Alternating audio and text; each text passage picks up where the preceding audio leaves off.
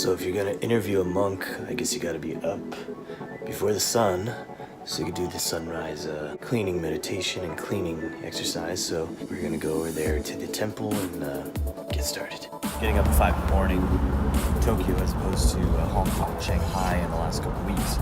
It's actually 4 in the morning, so it's a little bit darker, but we gotta do it. We gotta do what we gotta do. That's for you, Shoukei. Hey, good morning everybody. Dana Leong here with TEKTONICmusic.org. We're at Komyoji Temple in Tokyo, Japan. We're actually going to meet with one of my World Economic Forum classmates, the author, the teacher, the monk, Shoukei Matsumoto, and talk about his ideas of productivity and longevity, and join in on a cleaning session slash roundtable discussion with community members of the temple. Cemetery slash shrine, right in the middle of Tokyo. この中行きます。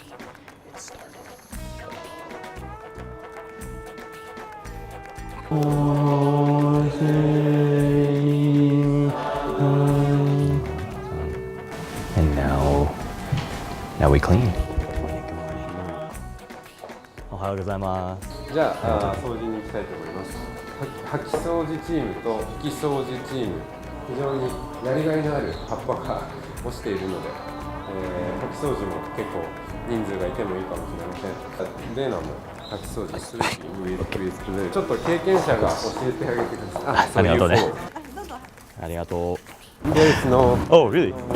structure or instruction. Okay.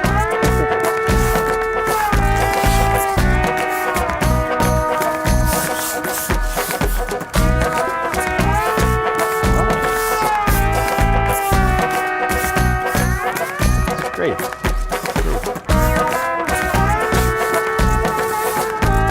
Do my best. See what I can.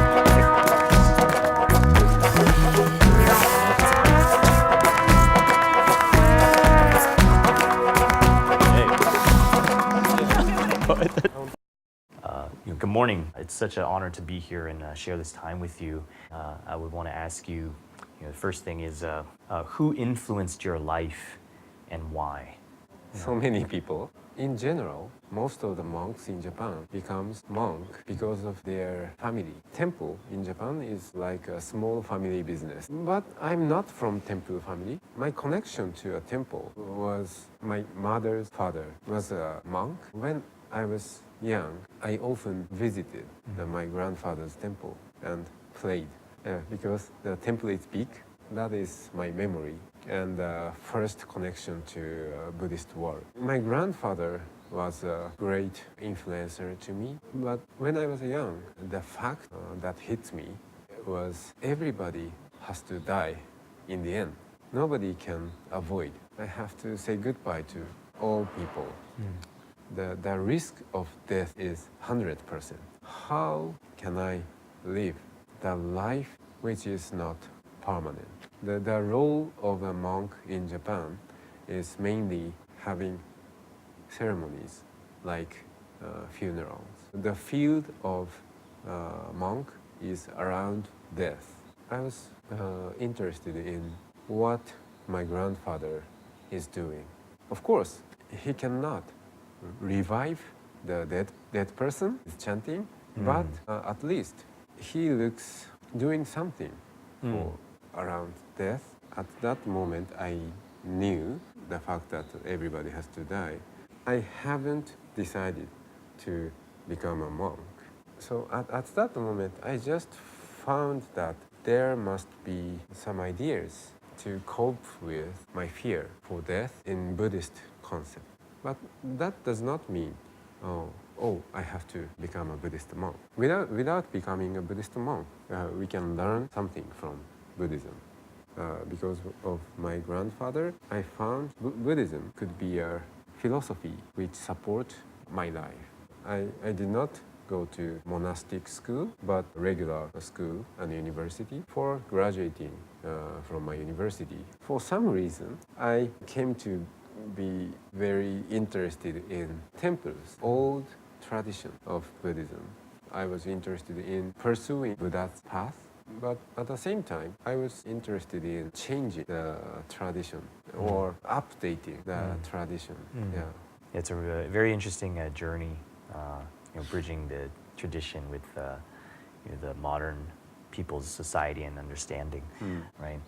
And a lot of times I find that a lot of leaders and successful folks go through some time of defeat, and that actually creates a metamorphosis moment where they're reborn to become the successful person that they are because they have more empathy or they have more understanding of the world.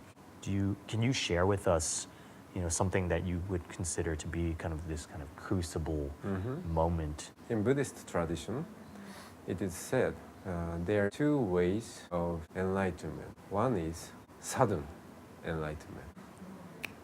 Another one is gradual enlightenment. In that sense, I can mention some crucible moments to me in my life, but I came here in the way of gradual approach. My journey has been like giving up.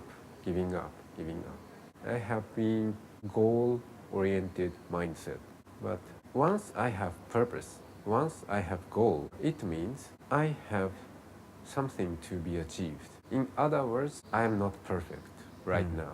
But once you fulfill your purpose, then again, so it's an endless journey. But Buddha said that's human nature. Buddha's path is way to go beyond the endless, elusive journey. Learning Buddhism deeply, I came to become less goal-oriented, less thinking, maybe more mindful, and forgetting about success. So my question is, who defines success? Yeah, that's an endless question, maybe, right? Yeah. In the field of mindfulness, I think it's similar to any field where you're teaching or you're leading something, right? There's a path and a sort of methodology where you teach somebody one step, another step, another step. And oftentimes that progression is not the same for the teacher as it is, say, the student, right? So my question to you is, what nurtures you, right? You do so much for a community and a lineage and a history, but when you are practicing mindfulness in your own space, would you mind like sharing what that practice looks like? Yeah. To me, having good friends is very important to nurture my mindfulness. I like being alone sometimes to be relaxed. Being alone means meeting myself. Not that different. Yeah. Both are important. Do you have a routine of things that you do while you're alone? So this morning, we had a temple morning session. Sit together in the morning in this temple, practice chanting and practice cleaning, chatting with a cup of tea. But when I don't open the temple morning session to public, I do it alone. But what I do is not different, right? Sometimes I do it alone. Sometimes I do it with friends. The interaction is encouraging, right? And the conversation is inspiring. Sometimes I feel tired to practice the same thing every day, right? Right. So, but having friends encourages me to do that, right? Of course. Yeah. What is your philosophy on how to create longevity, how to share longevity? We cannot preserve anything because as Buddha says, everything is changing every moment, at any moment. My advice is just be present, live present. Mindfulness is about being present here and now. So many people are annoyed with the idea about the fear for future or regret for past. But these are all about just in your mind. If you are truly mindful, you will find you don't have future or past in your hand right now. You only have the present moment, here and now. If you are mindful enough, you won't care about longevity anymore.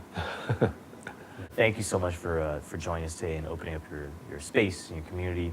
It's really inspirational. So thank you again, Shoukei Matsumoto. Thank you for coming. Hey everybody, thanks for tuning in to the TEKTONIK vlog. We have so much more coming this year. We'll be traveling around the world and interviewing people to talk about longevity and wellness and their keys for success. So we'll put some links in, how you can follow the instantaneous journey through places like Instagram and Twitter. Also, you can always find us online at tektonicmusic.org and find out more about our new education program, the TEKTONIK Talent Leadership Program at TTLP.world. Stay well, and we'll see you soon. Also, like, subscribe, share. If you like this content, keep it going. The best way to support our creation of new content is by putting it out there and showing that you guys are watching and commenting and showing what you like, letting us know what you want to see, and we'll do our best to make it happen. Peace.